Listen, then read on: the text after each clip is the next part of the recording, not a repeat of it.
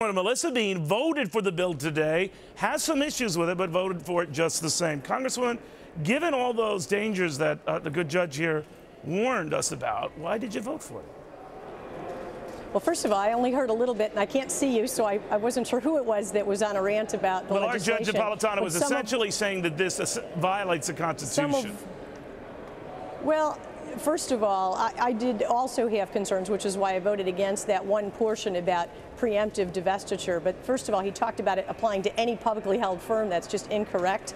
It would only apply to those financial services institutions that have already been designated by a vote of a council of systemic risk regulators that have been identified as systemically risky, the types of organizations that can reverberate through the system if they fail. But it's this government bailout we had. I understand, man, but it's this government entity or this government hand-picked group, individual, whatever, that is deemed what among our financial companies could be that risk. So ahead of time, determining the haves and the have-nots, and I'm wondering if that's a slippery slope that you're waging here, because you're getting into healthy companies' business and then pre-breaking them up if you think it's going to be risky, right?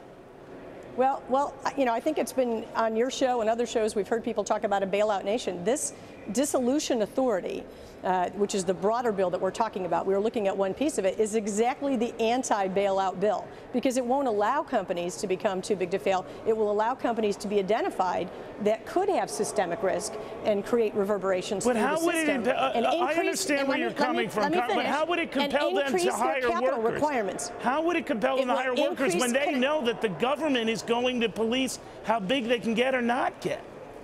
Well, first of all, I don't know why you would force someone, again, talk about government intervention, to hire workers if they're failing or struggling.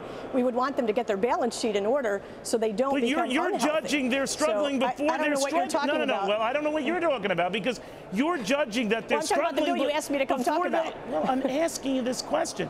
Are they struggling? At what point do you intervene and say, now you're struggling?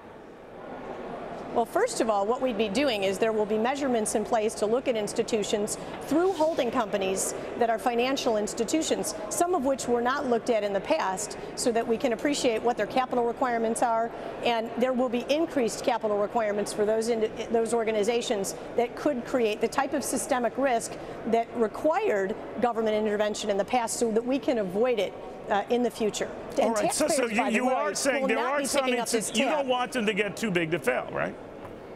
Well, and to your point, or the gentleman that was on earlier, I couldn't hear who was speaking, there was something about how this is going to cost taxpayers. This doesn't cost taxpayers, because this will be paid for by a fund for those financial institutions that could pose systemic risk, and they will be paying into it the same way, you know, banks pay into the FDIC as depository institutions, and then the FDIC is there to dissolve those entities when they fail. This same sort of dissolution authority will be available, and unlike what was done in the past, if a company fails, those executives are fired. Their shareholders lose money. Exactly what this gentleman was speaking for, that we need to have to do you see what I'm getting at here? I know what you're doing. I know what you're doing, and I know your intentions are good, and I know you mean well. I know those who voted for this mean well.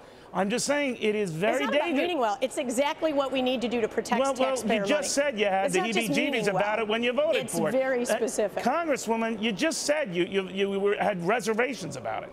I'm telling you, Congresswoman. Okay, Mr. Cavuto, there's the bill and there was one amendment. They're two different things. But the dissolution authority that we're talking about, I don't have reservations about at all. Congresswoman, you're talking about financial. No, I know. I just want to be clear on this.